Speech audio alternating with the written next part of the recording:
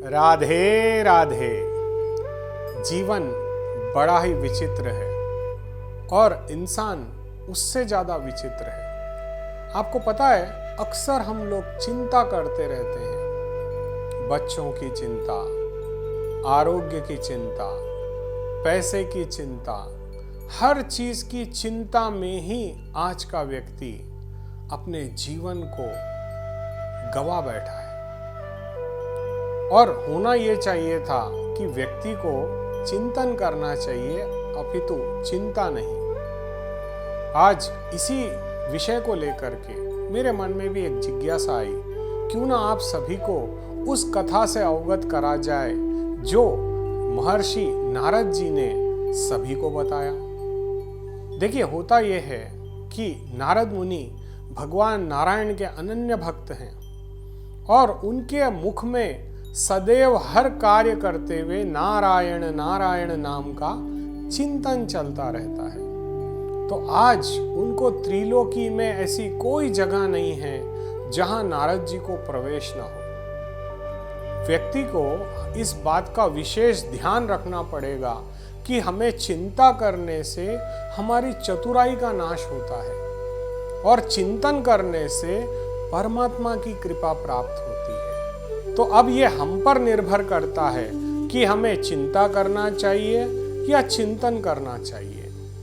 आज के युग में मानव के अंदर सबसे बड़ा प्रॉब्लम यह है कि वो हमेशा चिंताग्रस्त रहता है और चिंता की वजह से उसे नाना प्रकार के हानि और लाभ प्राप्त होते हैं, जिसमें उसका आरोग्य सबसे बड़ी समस्या के रूप में उत्पन्न होकर के आ रहा है।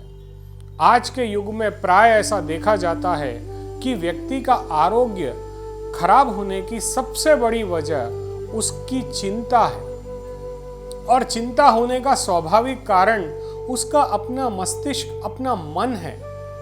यदि हम उस मन को उस परमात्मा में यदि समर्पित कर दें और हम गोविंद की शरण में रहें, तो ऐसा कौन सी समस्या है जिसका समाधान हमें प्राप्त नहीं हो सकता। आपको पता है, भगवान ने समस्या का समाधान पहले दिया है, समस्या बाद में दी है। गोविंद हमें ऐसी कोई समस्या में नहीं उलझाते जिसका कोई मार्ग ना हो। समस्या हमेशा हमारे मन और मस्तिष्क द्वारा उत्पन्न होती है। यदि हम उसी मन और मस्तिष्क को गोविंद की शरण में ले जाएं तो कैसा रहेगा, एक बार विचार करके देखिए। होता यह है कि आज आपकी मजबूरी है विश्वास करना। व्यक्ति हमेशा मजबूरी में विश्वास करता है। आप जानते हैं कि मुझे विश्वास करना ही पड़ेगा, दूसरा कोई कारण नहीं है। जैसे मान लीजिए आप किसी ड्राइवर के साथ गाड़ी में जा रहे हैं, तो आपको यह विश्वास है कि ये ड्राइवर गाड़ी अच्छी चलाता है, परंतु क्या उस व्यक्ति पे श्रद्धा है? नहीं है। यदि ऐसे ही मान लीजिए आप किसी सैलून में जाते हैं अपने बाल कटवाने, तो आपको ये विश्वास है कि ये हज्जाम या ये बार्बर मेरे बाल काटेगा, गला नहीं काटेगा। ये आपको विश्वास करना ही होगा। विश्वास करना व्यक्ति की मजबूरी है। जब हम व्यापार करते हैं और व्यापारिक लेन देन में हम एक विश्वास पे दूसरे व्यापारी को लाखों का, करोड़ों का माल देते हैं, ये एक विश्वास होता है कि वो हमें धोखा नहीं देगा, हमारा जो सामान हमने दिया है वो उसकी कीमत चुकाएगा। यदि आज कोई व्यक्ति किसी पे विश्वास यदि करता है तो वो मजबूरी से आप कर रहे हो, आपको श्रद्धा उसके प्रति नहीं है। वैसे ही व्यक्ति के अंदर ये सबसे बड़ी विडंबना है कि हम भगवान पर विश्वास तो करते हैं परंतु भगवान पर श्रद्धा नहीं रखते, और यही हमारे फेलियर का सबसे बड़ा कारण है। आज व्यक्ति फेल इसीलिए हो रहा है क्योंकि वो विश्वास तो रखता है, आत्मविश्वास भी रखता है, परंतु वो परमात्मा पर श्रद्धा नहीं रखता। यदि उसके मन में श्रद्धा उत्पन्न हो जाए और तब वो कोई भी कार्य करे, तो उसे कभी फेलियर्स या कभी निराशा नहीं मिल सकती। और आज सबसे बड़ा कारण है उसका चिंता। एक गांव में एक छोटा सा व्यापारी था। वो व्यापार करने लगा, उसका व्यापार दिनों दिन तरक्की करते गया। तब उसने कुछ रिस्क लिया और रिस्क लेकर के एक बड़ा व्यापार उसको एक बड़े व्यापार के रूप में प्रतिष्ठित कर दिया। अब धीरे धीरे जैसे व्यापार बढ़ता गया तो उधारी भी बढ़ती गई। जब वो व्यापारी छोटा था तब कोई भी कार्य में भगवान को सम्मिलित करता, भगवान का ध्यान करता, भगवान की पूजा करता। परंतु समय जैसा जैसा बीतता गया उसका व्यापार बढ़ता चला गया और अब उसके पास इतना भी समय नहीं था कि वो भगवान का चिंतन कर सके, भगवान का नाम तक ले पाए। 24 घंटे उसके मन में व्यापार के लिए ही उद्वेग रहते कि कैसा मैं अपने कारोबार को बढ़ाऊं, कैसा अपने व्यापार को बढ़ाऊं, इस व्यापारी से पैसा लेना है, उस व्यापारी को पैसा देना है। इसी के चिंतन में उसका सारा समय व्यतीत हो जाता। वो परमात्मा की चिंतन तो कर ही नहीं पाता। और एक दिन ऐसा आया जब उसके पुण्य फल समाप्त हो गए और उसे व्यापार में घाटा लग गया। अब घाटे के साथ साथ जो चिंता थी उसकी वजह से उसे शुगर की बीमारी आ गई, नाना प्रकार के रोग हो गए और वो चिंता में एक दिन टूट करके अपने घर में उदास बैठ गया, जैसे कि उसके शरीर से प्राण निकल जाएं। उसने व्यापार को ही सब कुछ माना। एक घड़ी के लिए उसने कभी परमात्मा का चिंतन नहीं किया। तब उसकी धर्मपत्नी उसे ये ज्ञान देती है, जी जब हमारे पास कुछ नहीं था तब आप परमात्मा को समय देते थे, भगवान का चिंतन करते थे, परमात्मा की आराधना करते थे। आपने ये सब छोड़ दिया। आप व्यापार में जब गए तो इतना बिजनेस में डीप चले गए कि आपने परमात्मा को पुकारना ही बंद कर दिया। आपने उनका नाम लेना ही छोड़ दिया।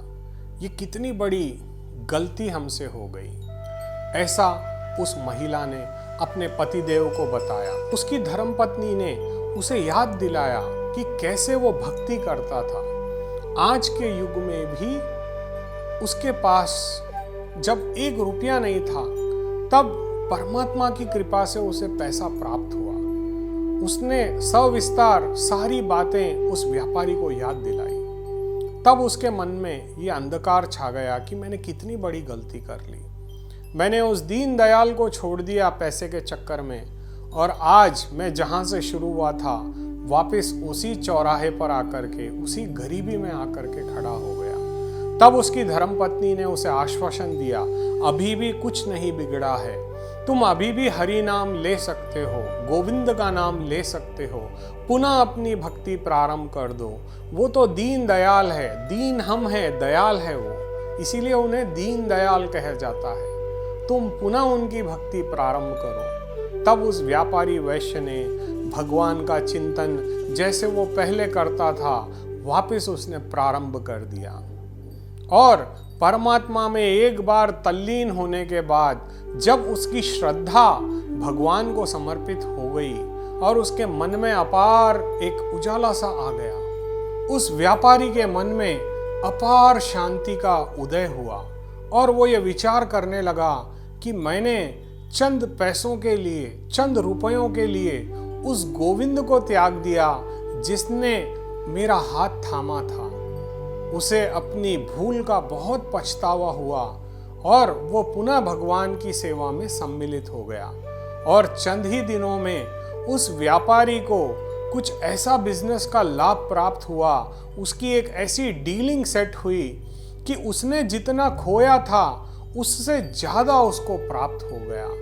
तब उसकी धर्मपत्नी ने उस व्यक्ति को कहा, देखो तुमने जिस दिन से भगवान का चिंतन प्रारंभ कर दिया उस दिन से हमारे परिवर्तन, हमारे व्यापार में हमें सुख समृद्धि सब कुछ प्राप्त होने लग गई। तो तुम्हें इस बात का विशेष ध्यान रखना होगा कि अब जो तुमको धन प्राप्त हुआ है ये केवल उस गोविंद की वजह से प्राप्त हुआ है। तो जितना हो सके तुम उस गोविंद की शरण में रहना, कभी उसकी शरण का त्याग मत करना। और इसी एक वजह से उसने अपना मन, अपना अस्तित्व सब कुछ उस दीन दयाल को समर्पित करके अपने मन को भगवान के श्री चरणों में समर्पित कर दिया और उस दिन से लेकर के आज तक उसके जीवन में किसी प्रकार की कोई भी कमी नहीं थी। अक्सर ऐसा देखा जाता है कि व्यक्ति धन के चक्कर में काफी चिंता करता है, लेकिन उस धन को प्राप्त करना बहुत ही सहज है। वो बोलते हैं ना, आपको लक चाहिए।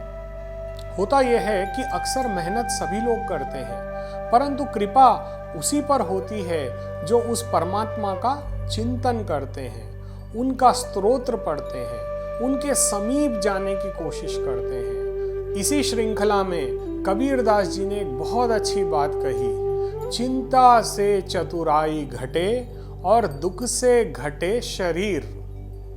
ये क्यों कहा होगा कबीरदास जी ने उस समय पर? सोचिए कि क्या होता है कि व्यक्ति जब चिंता करता है तो उसके दिमाग में इतना टेंशन भर जाता है कि उसके सामने यदि उसको राह भी दिखे तो वो नहीं देख पाता। कारण क्या है कि उसकी चतुराई समाप्त हो जाती है। आज इस कलयुग में हम सभी की भी यही हालत है। हम सभी लोग चिंता जरूर करते हैं परंतु चिंतन नहीं करते। देखिए, आपको जो जीवन प्राप्त हुआ है वो केवल प्रभु चिंतन के लिए प्राप्त हुआ है। सांसारिक सुख भोग तो आपको नरक में भी प्राप्त हो सकते हैं। देखिए, जीव जंतुओं को देखिए, क्या उनका मकान है? नहीं है। क्या उनके कोई सुख सुविधा है? नहीं है। क्या कार है, बंगला है? क्या वो बनाते हैं? सोच कर देखिए। एक मानव ही है जो इस सृष्टि पर मकान की कई बड़ी बड़ी खोजें करके दुकान, मकान, पैसा, इज्जत, शोहरत सबके पीछे परेशान है, परंतु वो कभी ये नहीं सोचता कि ये सारी चीजें यहीं रह जाएगी। केवल हरि नाम का चिंतन ही आपके संग जाने वाला है या आपके साथ अपने अच्छे कर्म जाएंगे। देखिए, पुनर्जन्मों में हमने जो जो पाप किए थे आज उन्हीं का तो फल हम भोग रहे हैं। आप सोच के देखिए, जब आपका प्रारब्ध ही अच्छा नहीं था, इसीलिए आप इस जन्म में, देखिए, आपका इस जन्म में जो भी पुण्य आपने पाप किया है ये तो एक अवस्था के बाद आपने किया है। बाल्यावस्था में तो ये भी पता नहीं होता कि आप कौन थे। तो ये जो प्रारब्ध आपके साथ है, इस प्रारब्ध को समाप्त करने का ये बहुत अच्छा समय है कलयुग। कलयुग में हरि चिंतन से हम अपने प्रारब्ध को भी समाप्त कर सकते हैं।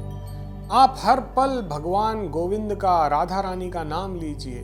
राधे कृष्ण शरणम मम, राधे कृष्ण शरणम मम, राधे कृष्ण शरणम मम। प्रभु के नाम में इतनी ताकत है, इतना पावर है कि आपकी समस्त मनोकामनाओं को पूर्ण कर सकता है। परंतु हम अपना मन व्यर्थ की चिंताओं में लगाते हैं। हर चीज की चिंता होती है। बच्चा घर पे देर से आए तो चिंता, व्यापार में पैसा ना आए तो चिंता, हमारे बच्चों का भविष्य को लेकर के चिंता। हर पल चिंता करने की जगह यदि हम चिंतन करने लग जाएं तो अपने जीवन में हम आनंदित हो सकते हैं। उस दीन दयाल पर श्रद्धा रखकर देखिए, वो कभी सोते हुए परिंदों को भी झाड़ से गिरने नहीं देता। कितना दयालु है मेरा गोविंद, आप विचार करिए। वो चींटी को कण और हाथी को मन देता है। हाथी कितना खाता है? क्या हाथी के पापा ने उसके लिए कोई खेत खलियान खरीदा था क्या? लेकिन हाथी भूखा नहीं मरता। कारण क्या है? कौन उसे इतने बड़े विशालकाय शरीर को भोजन प्रदान कर रहा है? सोचें इस विषय पर, एक बार इस विषय पर जरूर चिंतन करें कि हमें चिंता करनी चाहिए या उस परमात्मा का चिंतन करना चाहिए, क्योंकि चिंतन से आपकी समस्त बाधाओं का निवारण होगा। एक बार मेरे गोविंद को पुकार कर तो देखें, मेरी राधा रानी को पुकार कर तो देखें कि अगर वो आपका साथ न दें तब कहिएगा।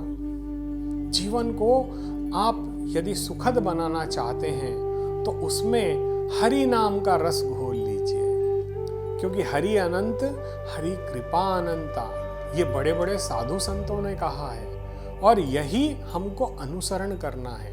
अपने जीवन में परमात्मा का चिंतन लाना है, हर पल हमारे गोविंद की शरण में रहना है।